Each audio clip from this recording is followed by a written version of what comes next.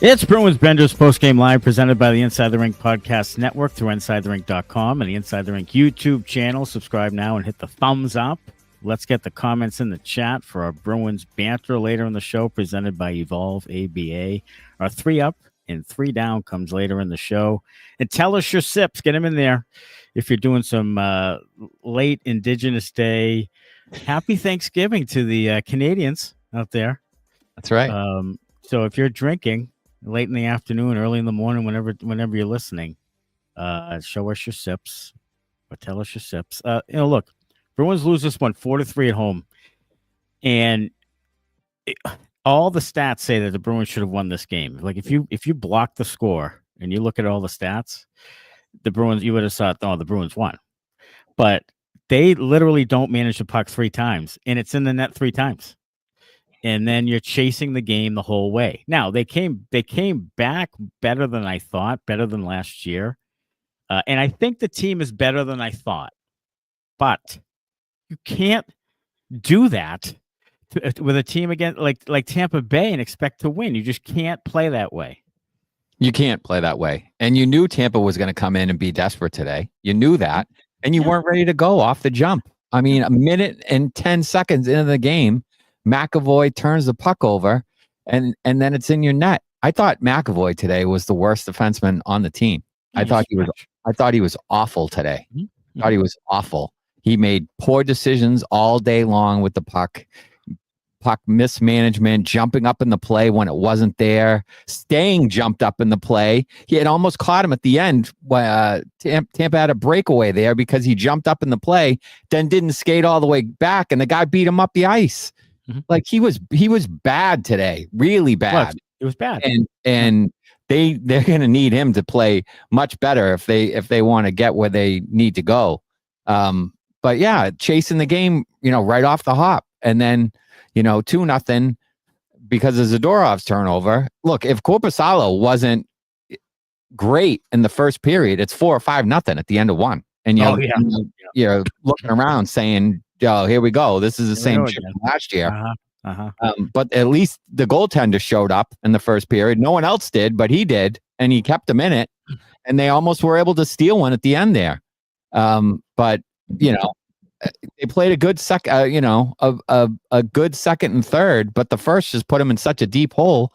They couldn't climb out of it. And this team is not going to be able to come from behind. I don't care. I mean, and no team will be able to come from behind when you get down 3-0, 4-1. I mean, that just doesn't happen in this league unless you're the Bruins, last year, then you give it away. But, normal hockey teams don't give that lead up. This is why I want to love him so much. Yeah. But this is why Charlie McAvoy drives me out of my fucking mind. You know what I mean? He's really good, but he brain farts for some unknown reason, loses focus, makes a dumb play. And that's just, you can't have that if you're a top defenseman. You can't. So I can't put him in that group, but I want to because I think he could be. But this drives me insane about him. I think the last 2 years really did some damage to the way he plays the game and how he plays the game and how he views himself. I think the comparisons to Ray Bourque didn't do him any favor. Didn't help, and Jim Montgomery didn't help him. And that's what I mean. The last 2 years, giving him kind of carte blanche to skate all around the ice like an asshole, like Connor Clifton, cut it out. When he had structure, and hopefully Sturm, they'll look at the video and say, Charlie, you got to fucking wake up. You can't be doing this shit. No. And hopefully Sturm and this coaching staff will get this out of his game and get him back to the player he was when he was finishing top 5 in the Norris conversations, when he had 55 points. Look, you don't need to be a 75-point guy on this team. You need to be a 55-point guy and play really good defensively. That's what we need from you. We don't need you to jump up and be fucking Quinn Hughes. You're not Quinn Hughes. Newsflash. You're not Lane Hudson. You're not Roman Josi. You're not any of those guys. Be a really, really good two-way defenseman that chips in offensively, plays physically, is excellent in his own end. That's what we need him to get back to for this team to be any good. And he's got to be that. especially if he's going to be one of the leaders on the team. He has to be that. Enough with the, all the, slick plays and bullshit. Like, get back to the player you were when Bruce Cassidy was here, and then we'll be better off in the long run. I thought he was in the first 3 games. Like, I thought he was a little more under the radar, which means he's playing the right way. Like, it's not, he's not like glowing out there, like making these stupid plays. And I'm like, McAvoy. Like, he was under the radar. He was steady, like to the point where you almost didn't notice him because he was playing so well. And then he gets back into this bad habit today of just starting to run around and all that. And look, this isn't a team like Montgomery had, where it's north-south all the time, and it's, right, been jumping in like crazy. This is supposed to be a defensive structured team, which should suit him extremely well.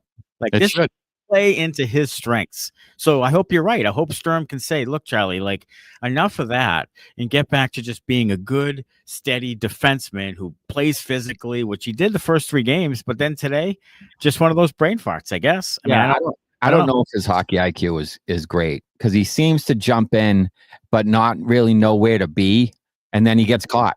Like, other defensemen, instead of being at a full sprint, will kind of coast into the zone as like a trailer. He wants to get up and like lead the rush. Like, he does. What the fuck are you doing, man? Yeah, Stop he's it. Not Bobby Orr. Stop it.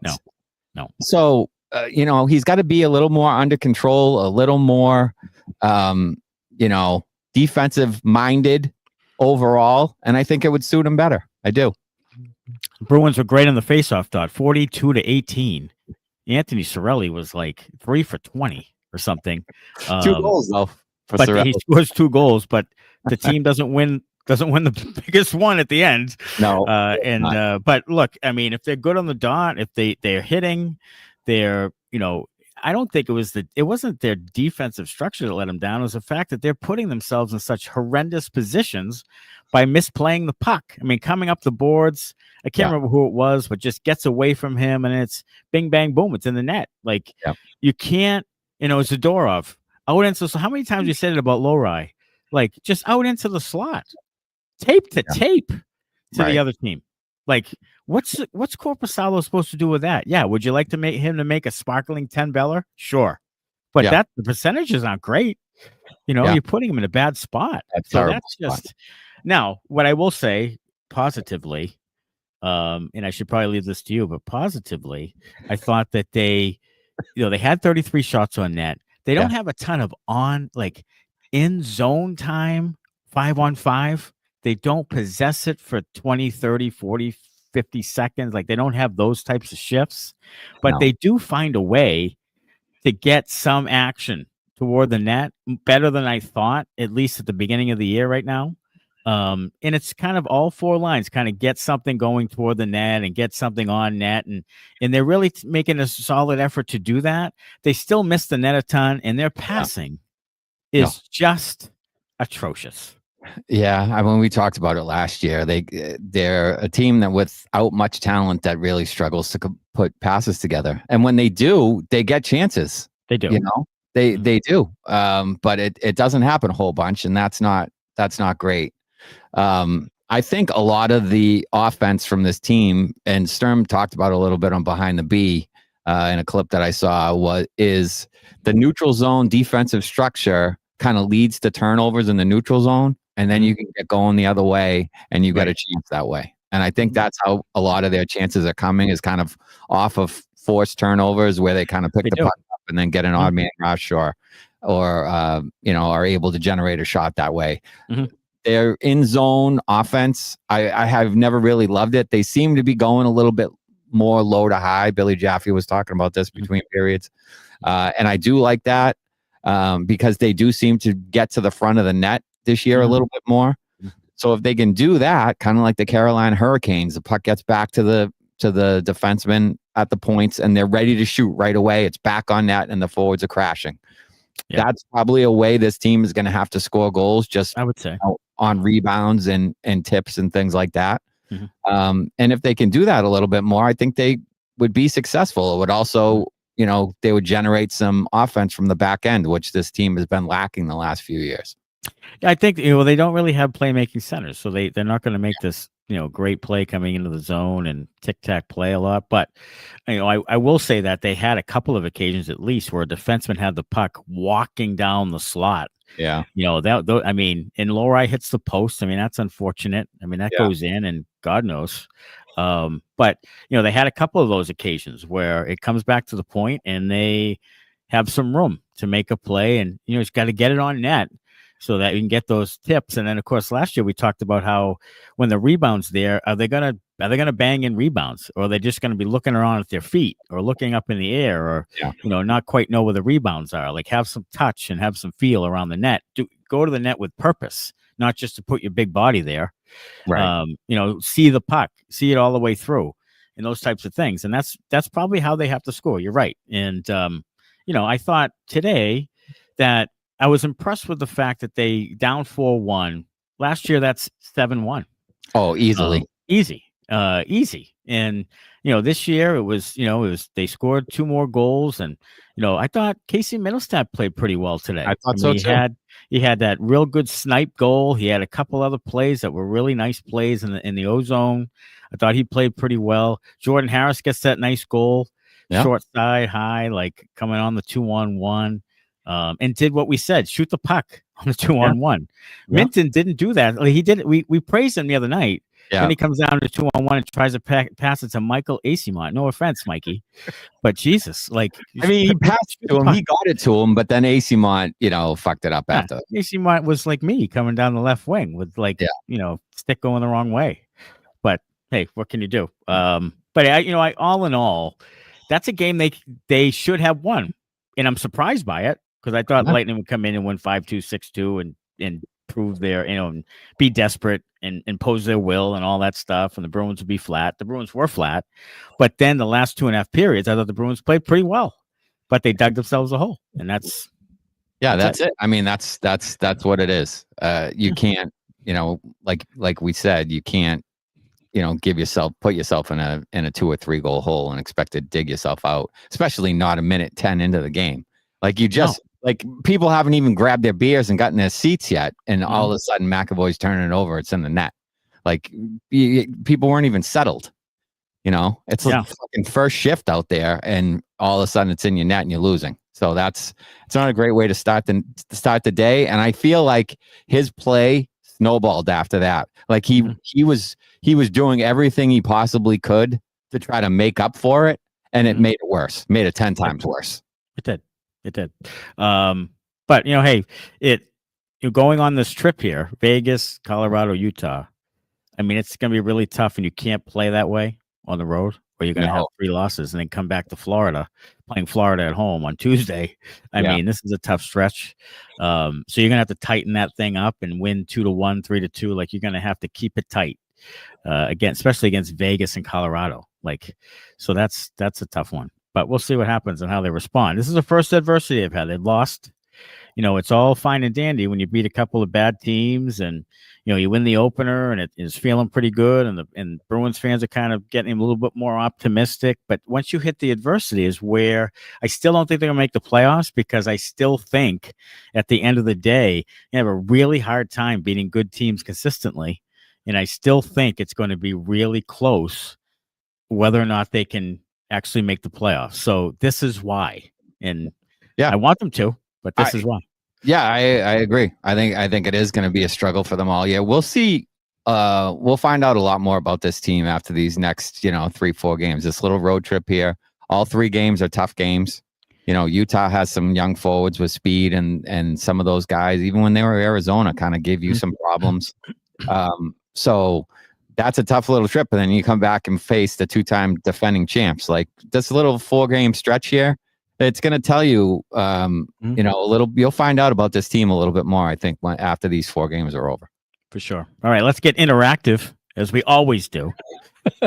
Benders Banter show every time. Benders Banter presented by Evolve ABA. Evolve ABA offers consulting services from a board-certified behavior analyst to adult day programs and residences, schools, and even businesses using the principles of applied behavior analysis. Evolve ABA is also pleased to offer staff training and collaboration with parents of children with autism and other special needs wishing to learn more about the science of applied behavior analysis. To learn more about Evolve ABA, call Sean Daly at 774-823-5016 or visit evolveaba.net. And first one is Matthew Curtis, sloppy game, quite a few times where the puck looked like a grenade on Bruins sticks, reminiscent of last year. Power play looked reminiscent of last year, too. They confuse themselves on puck entries. And I'll say this, historically, the Garden Ice is terrible, one of the worst in the league. It was bad today. Yep. I think in the grand scheme of things, that's good for the Bruins because, other teams come in here more skilled, more slick with it. It probably lends to a more grinding game. So inadvertently, I think it's probably best over time. Yeah, I think it might help them too to simplify their power play, hopefully. And have more of a shot mentality rather than trying to work it around for the perfect pass because it hits a rod, whatever, and it doesn't go your way. So I think that could help the Bruins. I thought their power play once they got it set up tonight was fine. Like they had some pretty good chances. Middlestat and Arvidsson on that backdoor play, again almost connect like they did the other day. And before the season's through, that'll connect a few times. I think it will. And they had some good opportunities. They just couldn't cash in. Yeah. B says good, go Bees or Benders or both. The Benders are off to Benders are going to have a great year here. Maybe the Bruins aren't. Yeah, Benders are going to be after it. Benders, yeah, go Benders for sure. Go Benders. Travis says, well, that was a winnable game if the Bruins didn't play sloppy defensive hockey and if Korpi could have had more timely saves. I mean, Korpi had a ton of timely saves. He did. He really did. The third period, there was one point blank. I can't remember who it was, right in front of the net. There was another one where the puck kind of sat down in the slot and a Lightning player was wide open and ripped it, and he made the glove save. Like, he made some pretty good saves in there. The goals that he gave up, Jesus, I don't know. I would say all four were tap-ins into basically open nets. They were. Gord's goal was a great play by, I don't know who was that. It was Holmberg. Holmberg played well today. He did. And he made that great backhand play. Like, you're not going to say that. No. And there was the play where Zadorov gives it to the guy right in the slot. Yeah. Would you love him to make a 10-bell save? Sure. Like you would, but to blame, like that's one of those where it's a bonus if he makes the save. Right. Oh, absolutely. You can't blame the guy for not making the save when your defense just shits the puck out in front of the net. Like that's just not going to happen. Matthew Curtis, with the exception of the shooting, that team looked way too much like who they were last year. Some horrendous power plays. Yeah, the power play again. I see the adjustments in the zone entry. Like they're putting a couple of guys back there, drop pass, and they're kind of standing up at the line and letting the puck carrier kind of get a gap or get a lane to try to, but Jesus, too many times it just seems rushed and it gets worse. It like this, you talked about the snowball effect. Like the power play is the same thing with the entries. Yeah, I feel like they tonight they were gaining the entry, and then the guy, once he gained entry, made a bad play with the puck. Like this, like they got in, and then they would make a stupid play. Like they would drop it to somebody, or they would rim it to somebody who wasn't there, or try to do it all themselves. There was a few times where they chipped it, and the guy who chipped it in went and got it, and that worked for them a few times. But overall, they need to clean the entries up, and I think they will. I think Steve Spot is a good power play coach, and I think they will clean that up over time because once they got settled, they had some decent looks. They did. They just didn't get settled very often. But it also helps to have a really great passing center on your power play that makes some plays, and I don't know right now if they have that type of guy, but we'll see. I think it will be better than it has been for sure. Joe Bandara says this is a preview of what's to come. Not enough talent in this team to make comebacks. Joe, I thought they were close to making this comeback, and I was kind of impressed by it. But again, you're right. I guess they didn't finish the one that mattered. Lohrei hits the post. There was a bunch of traffic in front where they had some chances. Johansson like plucked the puck out of the sky with a minute and a half left or whatever it is. Like there were some chances they didn't put it in. So yeah, I guess you can say, didn't quite get there when they had to. So Travis, a lot of it was due to Korpi's poor positioning. An empty side of the net looks on 2 of their goals. Travis doesn't like Korpisalo at all. No, he doesn't. I know he's not going to any of Korpisalo's retirement parties or not going to the Hall of Fame induction or anything. He's down on Korpi. Pejman not gonna win many games down 3 with this roster. That's true. Yeah, really that's true. Yeah, that's true. Really poor defensive play today that led to too many easy. I think the defensemen definitely were the problem. I don't know if it's exactly defensive play, but it's giving the puck away. And those aren't called giveaways like the McAvoy one. To me, that's absurd. That makes that whole stat useless to me. That's a takeaway for Tampa and not a giveaway. Not a giveaway. I mean, when you have a takeaway, doesn't there have to be a giveaway? I would think so. To me, that's how it should work anyway. Right. If someone takes it away from you, you gave it away. You gave it. Yeah. Do we need to change that or something? Like now I don't believe in it. Now I don't believe in the stat. Like I have no idea what it means. Yeah, I don't know what it means. I don't know what's what anymore. Is it giveaway when you just pass it to the other team? Give it is when you pass it, I think, to the other team. It's not when you get your pocket picked and the guy walks in and scores. That's not a giveaway. It's not a giveaway at all. It's just bad luck. It's just shit luck. Hey, hey. Oh well. Yeah. Oh well. Oh well. He took it away from me. It happens sometimes. Travis, not sure why Sway didn't start today. Tampa's a good team. I thought Sway would. I said it last post game. Like I thought he would, just because you have until Thursday. You could put Sway in there. I don't think Swayman makes the difference. I just don't. I mean, he might have saved one of those, sure, but I don't know if Sway actually makes the difference there. I think Korpi's been pretty good for them so far, better than last year. I think for the most part, he had some good spots last year, but I think coming out this season, I think Korpi's been okay, and I'll live with him playing 30-something games if he plays like this. I'll live with that. Yeah, that third line tonight was -2 across the board, so you might see some changes coming to that thing. Sure. I think you might see Joonas go down.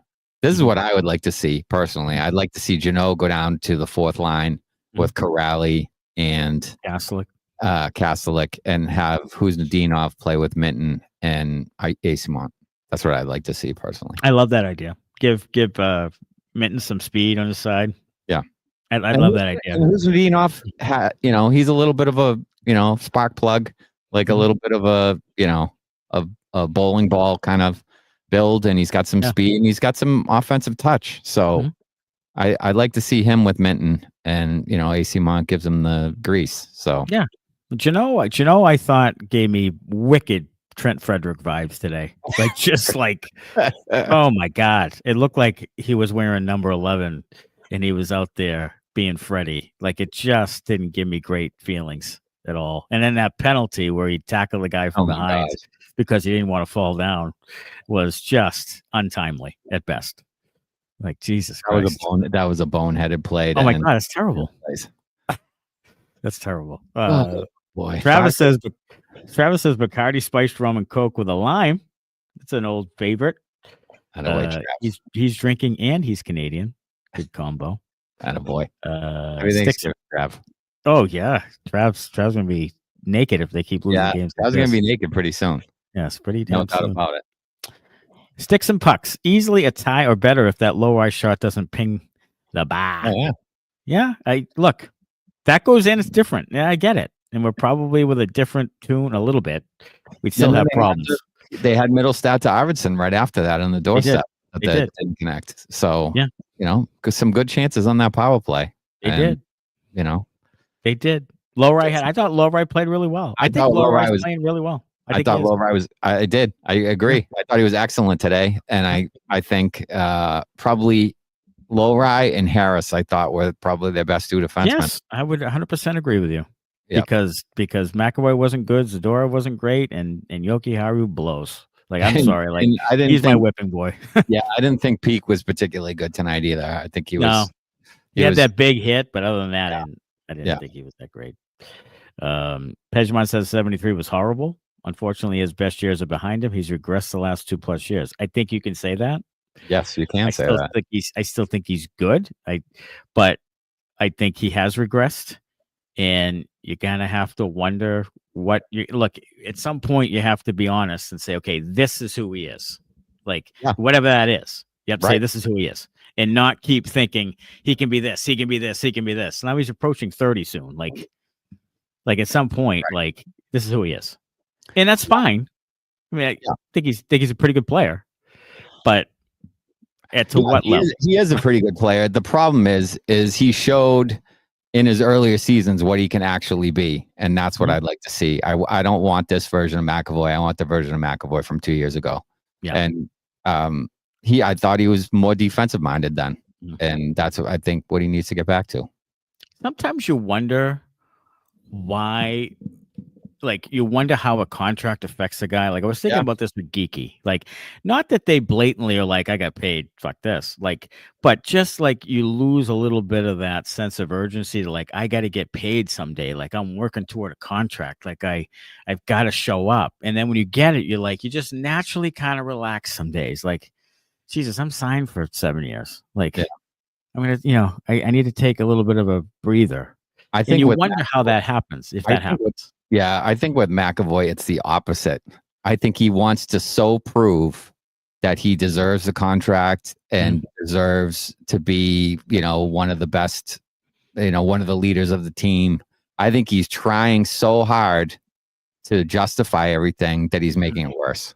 And he needs to relax and play. Not relax to the fact that someone picks his pocket from behind. Not that relaxed.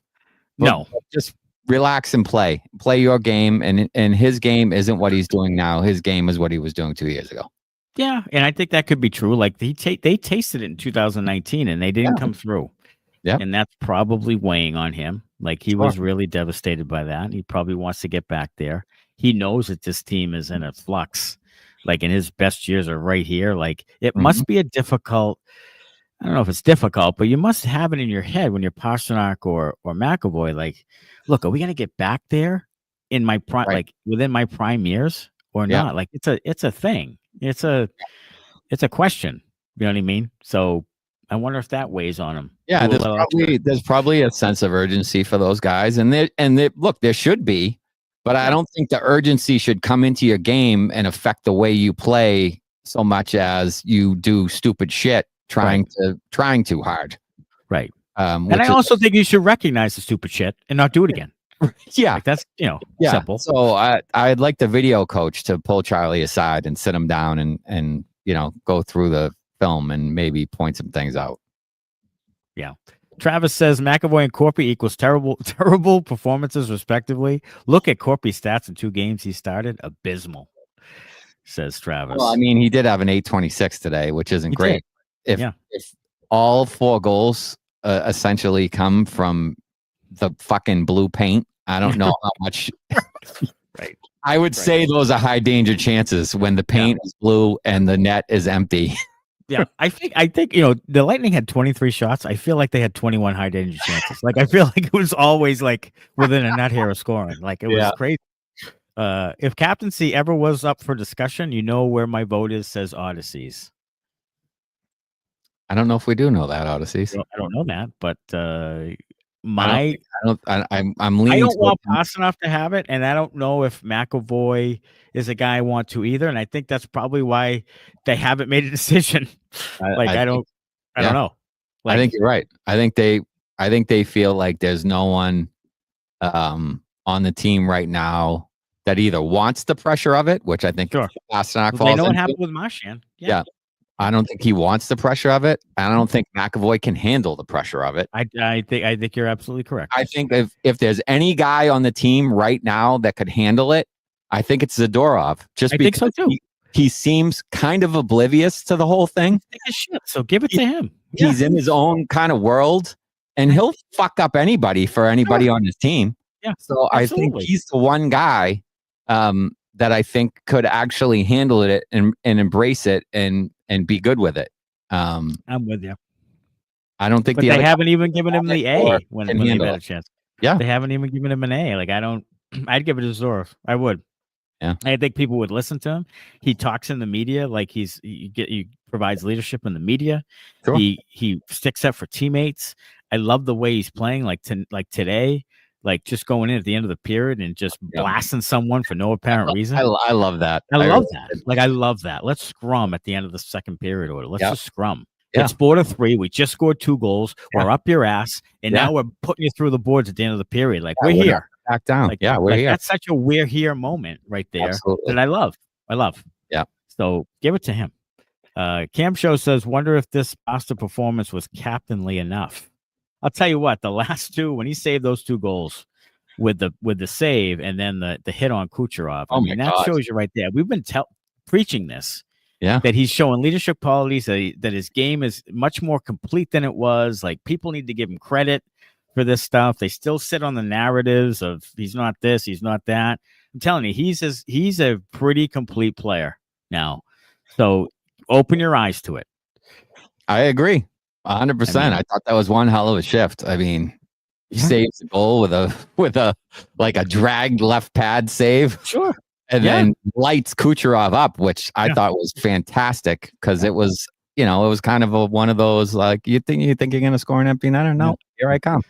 And a big physical check, which, I think surprises people from time to time from him. I'll tell you what, Travis probably thinks he's a better goalie than Korpi now. So, there's that.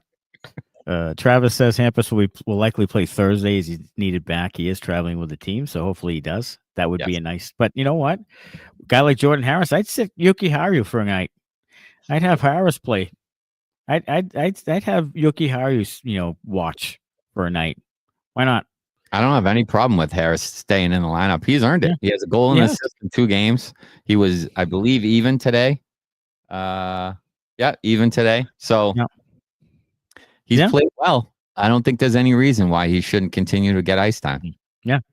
Odyssey says, did you see yesterday's Providence Bruins? Poitras with 4 assists and Lysell with the hat trick and assist. And here comes everyone saying they should be playing, blah, blah, blah, blah, blah. Okay, I ask you, where? Like, where are they playing?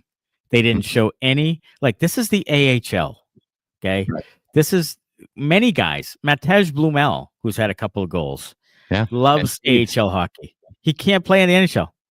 Yeah. Like, so what does that matter? It doesn't matter. I almost did say when you said they need a puck, a center that can pass, I almost mentioned the Poitras for assist.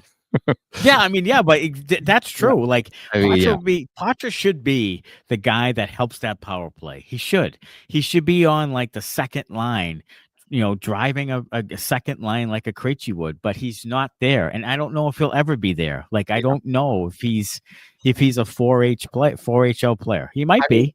Yeah. Look, right now that's Casey Middlestat, and he's played well. He has 2 goals. He's passed the puck well. He's still a work in progress defensively. That's optimistic Smitty right there because, I mean, he's a train wreck by all accounts. But maybe he's getting better defensively. But he can pass the puck and he can score at the NHL level, which neither of those other guys has proved. But he plays like offensively. He just creates more. He's a more veteran offensive player. Yeah. He's done it. And he's big, so he can withstand going into the corners for the pucks and so forth. Yeah, I think Poitras might be able to do it for a game or 2, but over the course of time, he shows that he wears down. And he becomes less noticeable, less impactful over time. Yeah. So if he's going to come up and play with the Bruins, he needs to be in top 6 minutes, and they need to be impactful top 6 minutes. Yes. And that's not what he is right now. So chew up the AHL, great, but be ready to go next year. Like, give us something next year, or we start to really wonder if it's in the cards for you. So Benson says Peeke sucked tonight. Yeah, we mentioned that. Peeke wasn't great. Zach K, stop the drop pass on power play zone entries, please. Yeah, I mean, it can be a little maddening. Drop it, and then try to enter it, and stick gets in there, and just not a lot of. I don't like everybody standing on the blue line with no feet going. Like, you know what I mean? Like, Yeah. now he makes it. Now you got to get going into the zone and create some space. I don't love that thing. I'd rather you just kind of flip it in there and go get it, or, you know, I don't know. I'd rather you mix it up, but flat-footed doesn't do it for me. No, I'd rather see multiple guys with speed trying to go into the zone. Yeah, maybe some of the other guy goes in with you, like just takes off, heads to the red line. Like, it has to be honored there, you know. The second line was much better than the third line today. Yeah, the third line hasn't been great the last couple games. You know, Minton had that overtime goal, and then I think you're right about the Jeannot thing. I mean, it could be to a point where Jeannot just isn't the winger for him. I don't think Jeannot is the winger really for anybody, but that's neither here nor there. I don't have a say in that. Yep. But I think you're going to look back at this contract and say that thing was a mistake. Yes. Look, it's not hard. It's not like we didn't question it when it happened, because we questioned it when it happened. So it's not like we're doing this in hindsight. It's not hindsight. We said it. Hindsight. We said you killed it from the get-go. Yeah. We said it right away. Not the best contract. They were 5 years like they were betting against themselves, just like they did with Hampus, Elias Lindholm. So I think, you know, you paid the guy and he's going to be here for 5 years. So I feel like he would be better suited for the fourth line than the third line. I'm with you. And I think that Jeannot and Kastelic, and to me, Jeannot, Kastelic, Eyssimont is probably a real fourth line. Like, I'd rather have that fourth line. Nothing against Sean Corelli, but I'd rather have them as your fourth line. You know, honestly, I'm with you there. I think maybe they do that, put Kastelic at center, and put Corelli with Minton and Huznadinov. Yeah, maybe they try that. Yeah. I think they should try that, because Corelli, I think last year had 10 or 12 goals. Could be wrong about that, but I think Corelli had, you know, good years here, and you know, he can kick one every once in a while. But Eyssimont and Jeannot played together. You know, they played together previously. So, and I think they're both sort of grinding fourth line players. Like, they'll play well one night and a couple other nights, not so great. I mean, that's what they are. So I wouldn't mind that either. Johnny Waffen says Tampa is a good team. Bruins would do for a loss. That is true. I thought this was a loss, scheduled loss. And it was, but I'm irritated because I think they could have won it. Yeah. Should have won. I just looked it up. Corelli had 6 goals last year and 11 assists. 17 points. He was -4. So not really terrible for a bad Columbus team. Yeah, for a bad Columbus team, that's actually not bad. Public skate Jeannot, says Zach Haste. Yeah. I mean, he gave me Trent Frederick things tonight. He just gave me the feels. He's in that Freddie situation. Mm-hmm. He is. The problem is with Freddie, you expected more from him. Mm-hmm. I don't know why people would expect anything more really from Tanner Jeannot, other than this is what he is. Yeah. Other than the physicality, he had the big year 1 year when he was a rookie, and since then he hasn't really done anything offensively. So I don't know why anyone would expect that. I don't know why he's getting third line time. Doesn't make sense to me. No, I think it was to protect Minton. I think it was he was the guy they figured that would. But now that I don't think Minton needs protection, I think you put a guy out there, the best guy you possibly can put out there with him. I don't think it's Jeannot. I don't. So, you know, go with somebody else for a bit. Travis says, what do you guys think about keeping Harrison and taking Yoki out? And I said it earlier. Yes. I'm all for that. Lysell with a hatter yesterday down in Providence. Call up perhaps. I just don't know, Travis, right now where you put him. Like, you can't put him on the third or fourth line. So he's got to be a second line player. So your second line of Zacha, Middlestat, who's on also? Arvidsson. I thought was probably your best line today. Like, Zacha played great too. Like, he had a great play to break up a pass across crease. Yeah. Like, I thought Zacha played really well. I thought that line was really good today. So where are you going to put Lysell right now? You're not breaking up the second line, and you're certainly not breaking up the first line. So there really is no room for a guy like that right now. And that was his first hat trick ever in the AHL. So let's pump the brakes. I mean, yes, he didn't have like this breakout offensive year last year. What do you have? 15 goals, 13 goals? Like he didn't. Yeah, I think Merkulov had 30. Yeah. Like, I mean, yeah. Adrian says, go ahead. No, I just saying I'm with you. Go ahead. Yeah. Adrienne says, I'm camping. Sip later will be another canned margarita. There you go. Also, my friend who named her fantasy team Pasta the Puck for me is here listening to you for the first time. Got to make it count, boys. Thanks for joining us, Adrian's friend. We Pasta the Puck is a great name for a fantasy team. It is. We appreciate you listening. And look, bring your friends.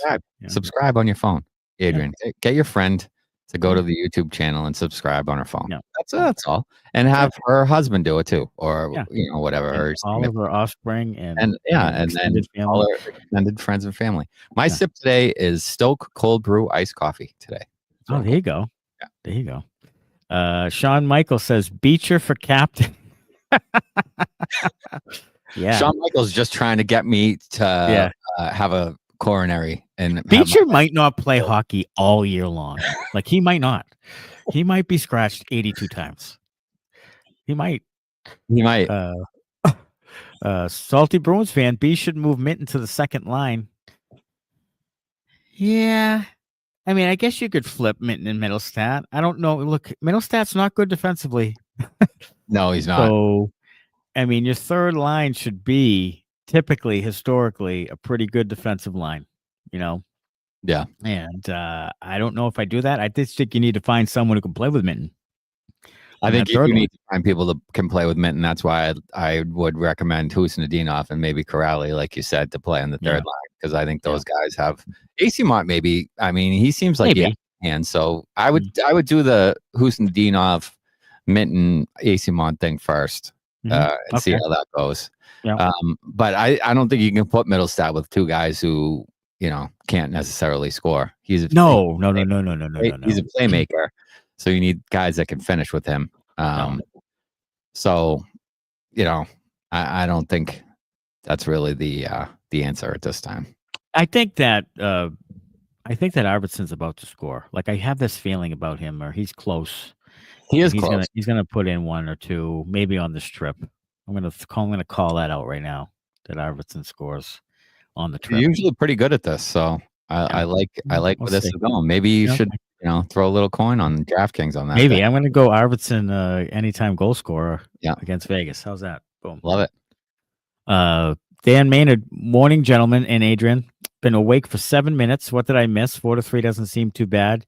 It wasn't, unless you watched it, and now you're pissed. Like, if you watch the second and third period of that game, and you would say to yourself, "Why are the Bruins losing?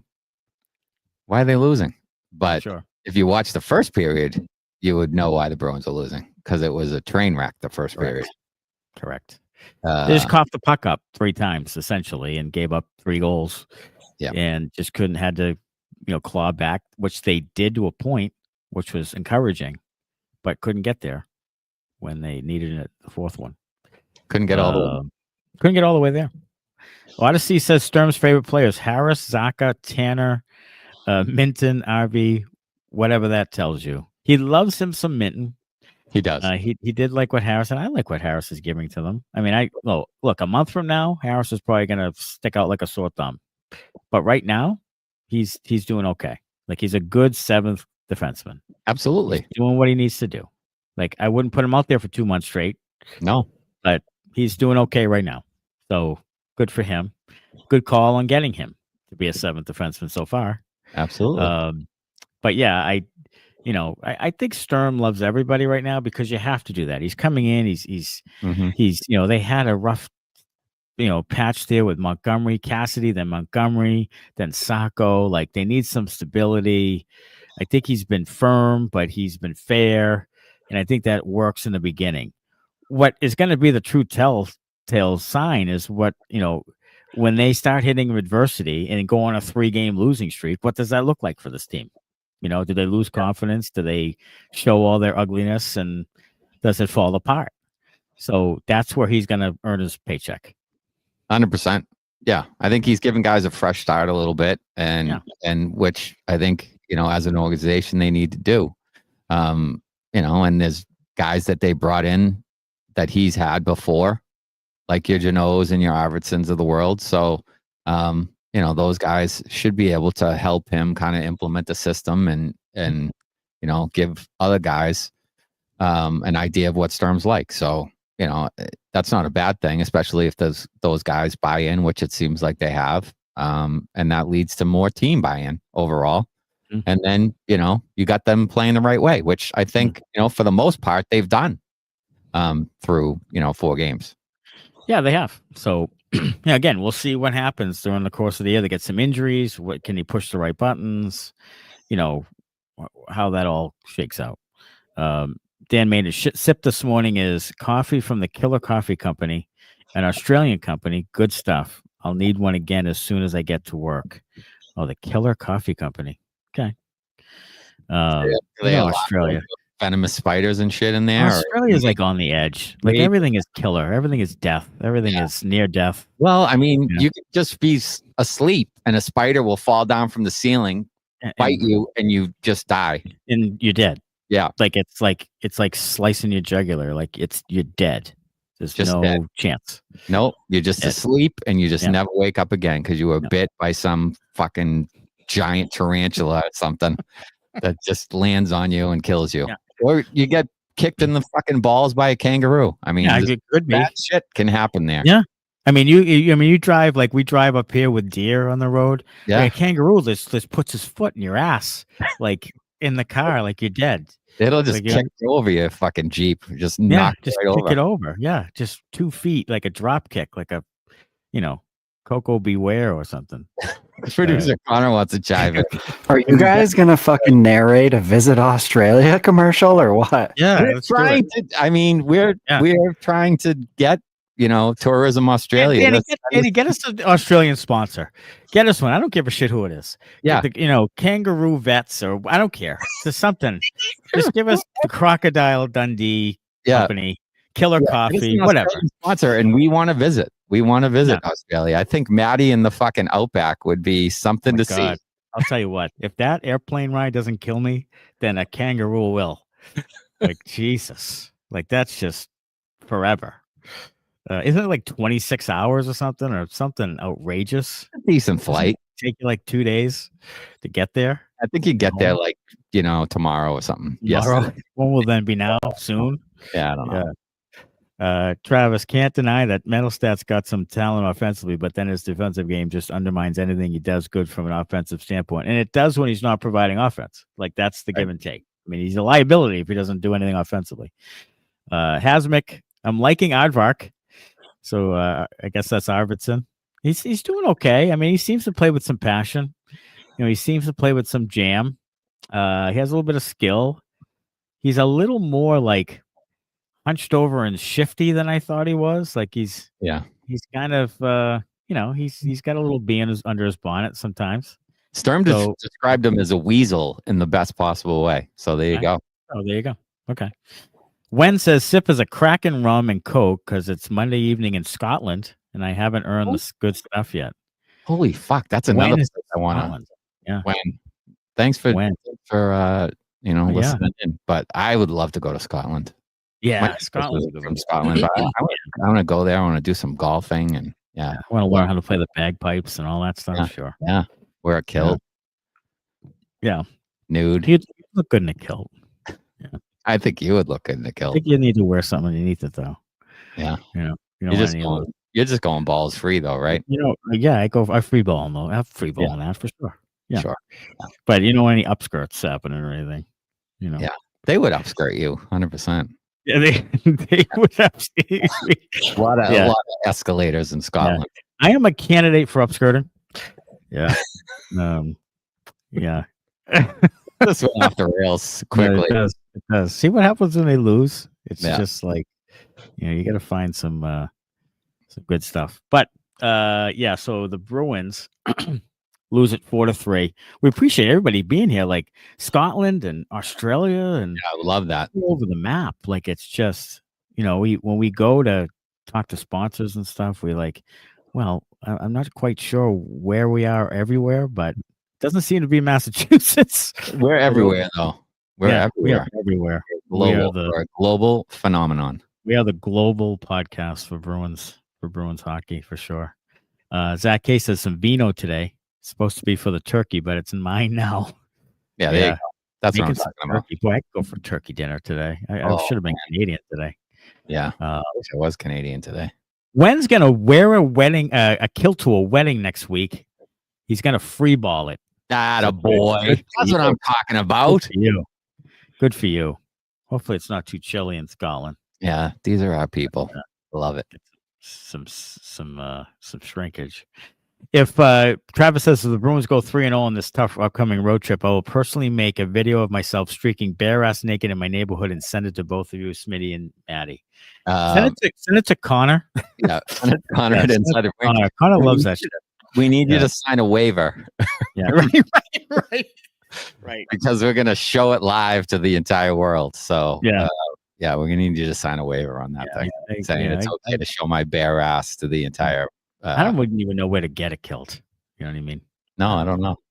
Is there kilt stores in Scotland? Can you just walk into a store or is it like certain places? Well, in Scotland, I'm sure there is, but I don't know if it's in Boston or I don't know if there's any kilt stores there. All right, 3 up, 3 down today, and 3 down. Number 3, Charlie McAvoy. Bad turnover to start it, and then bad puck decisions most of the game. Seemed to affect the rest of his game. Couldn't get it right. Need him to be better. So he's at number 3. Number 2 is the Bruins passing. It's been a problem with me for the last couple of years, ever since they lost good centerman. Can't seem to pass it. How many waist-high passes did you see today where guys are like swatting at it? Like, Jesus, like just waist-high. Yeah, it's been a problem the last couple of years, and it's still a problem now. It is. It's still a problem now. You don't create good zone entries. You don't keep the offensive zone pressure up because you don't pass it quite well enough. It seems to be hot potato. It's like trying to make quick decisions, but they're errant on their passes. A lot of lunging for passes. Like it's incredible. And then number 1, Tanner Jeannot, -2, bad penalty with about 9 or 10 minutes left. Hauled the guy down because he was falling down. He gave me Trent Frederick vibes.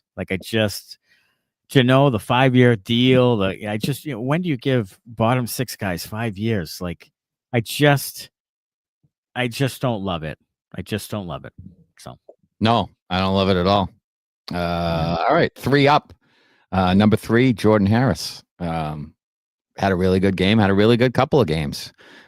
Scores his first today. Haverhill's own. A little mass hole, gets his first goal. So good for him. And Matty is advocating for him to take Yoki Hayu's spot. My only question to that is, do you think, if Jordan Harris can play is offside? Because that's a good point. I don't know. I don't. So he's a left shot. I'd have to watch video on Jordan Harris. Yeah. So that is true. Yeah. Number 2, Casey Middlestat. He was good today. And has been good. Scored has a couple goals on the season now. And number 1, Pavel Zacha, 2 assists, +3, really good defensive play. He's been good. That second line today was really good. And they're going to need that. They're going to need the secondary scoring. They're going to need Zacha. They're going to need Middlestat to produce offensively. To back up that top line of Pastrnak, Geekie, and Lindholm. So encouraging development there on line 2 today. No question. Dan Maynard says, say hi to Chris, guys. Hi, Chris. Hi, Chris. Chris says. And it's good to see friends. Bring friends to the show. As always. To the very first and original, the OG interactive Bruins podcast that does all the post games, weekly episodes. This is season 5. Consistency is key. We talk about it in hockey. It's also in podcasting. Yeah. And we're here for the people, for the fans. Bring friends. Matty's OG pickup line. Bring Sticks and Puck says, we were just there this summer, meaning Scotland. Plenty of shops to get kilts. Visited the ruins of our original McKinnon Castle on the Isle of Skye. Crazy. Wow. Sounds like a great trip. Amazing. Sounds like a great trip. Aussie Bruin says, Leafs just lost. Great to see. It's always good to see the Maple Leafs lose. Sure. Especially so because we get their draft pick this year. So if the Maple Leafs want to, by chance, if I don't think it'll happen, by chance, if they're in the lottery. That would be fantastic. Yeah. I don't think the Bruins are keeping that pick beyond. I don't think they're going to make that pick. You don't they're think going so? to trade it deadline Trade it or off season. Traded the deadline for Natchez. It won't be Nature's because I think he's signing. There's been rumors that his some- extension is closer. Yeah, So of there's course. another guy off the board. Yeah, great. Gonna end up with nothing. This is what we said. Like you Yeah. can't sign I mean, free agents. it's what we said all along. Look, everybody's got cap space now. The cap's going up like crazy. Good players want to play with good teams. They're not going to leave good teams. Nope. Mitch Marner left a good team to go to another good team. Players aren't leaving good teams to come to you. Nope. They're leaving good teams to go play on another good team. So unless you want to give Adrian Kempe $13 million a year, right, you're not going to get anybody of. and like even an elite- that, he'll resign in L.A. He will. Well, they're far apart. They'll resign. He'll resign there. Well, Nature's was far apart. He couldn't stand it there, and all this other stuff. And all of a sudden, the money speaks, and he Sure. resigns. So, or they dictate where they go if they're Right. going to be traded. So, Yes. the Bruins are just going to have to build this thing with development. There was some talk today. This is a funny one. Lohrei Johansson, the defenseman that they picked in the 6th round last year, whatever it was. Yep. Yep. 2 years ago. He started with the Providence Bruins, but he didn't play. He was scratched the first 2 games. They just sent him to Maine. Like, why was he there? Like, why is he there if he's not going to play? Like, this is the development to me. Just don't seem like they ever have a plan. Like, why would the guy sit for 2 games and then never play there? That's the part I don't get. Like, if you're trying to develop him for the NHL level, why is he not playing in Providence? Like, who gives a flying fuck other than like 3 or 4 people if Providence Bruins win their idea of a President's Trophy? Who fucking cares? It's to develop players so they can help the Boston Bruins, not for the Providence Bruins to be the best AHL team. I don't give a rat's ass if they're the best AHL team. I don't. So I want Lohrei Johansson to play in Providence so he can get better and then he can play in Boston. I don't want him to go to the ECHL and toil away and not gain any valuable experience because he's playing against guys who will never make it to the league. That is borderline like asinine. I just don't get it. I don't get it. I don't get what their development plan is. I think it's ridiculous. I think it's stupid. I think it's short-sighted. I think it's all of those things. Yeah. But I don't get to make the decisions. To me, if he's close to playing for Providence, he should be playing for Providence. Right. Like, that's what it's for. Like, if he's close, then he should be playing there. Like, he's close enough to sit him on the 9th floor and have him watch the game, then he should be playing there. Yeah, I don't need veteran. I don't need veteran. I don't need a 28-year-old guy who's played 800 AHL games on my team. I want Lohrei Johansson to take that guy's spot every single time. Then if he sucks, then he sucks, and he sucks. Like, But I'm with you. I just, you're a legitimate prospect. Shouldn't be playing in Maine. It just play him in Providence, or send him back to Kingdom Come and have him play there a year. Like, I don't get it either. All right, Bruins lose today 4-3. Next up, Thursday night. Looking ahead, Thursday night at Vegas. What do you got? Yikes. I think the Bruins lose. I'll say the Bruins lose 3-2 in a shootout. Okay, 3-2 in a shootout. Okay. Yeah. I will go Bruins cough up the lead 4-3 in overtime. Have a lead late, cough it up 4-3 in overtime, Vegas. That's what I'll do. Okay. All right. So that's pretty optimistic from both of us because they get a point in each of those games. They get a point. Scratch out a point. I'm telling you, there's six eligible points. Come out with 4, and I'd be thrilled. Oh, yeah. 3, and I'll be okay. Yeah. So 3 or 4. I'd be happy with 3. You give me like a 1-1-1 road trip. Yes. I'll take that every day. Yeah. 1-1-1. And here's your one loss. And you get a win in Utah and a loss in Colorado. Bang. Boom. There you go. All right. Thanks everybody for joining us again on the Bruins Benders post game live, and we'll be back at it Thursday. Thanks a lot, and go Bruins. Thanks a lot. Bye-bye.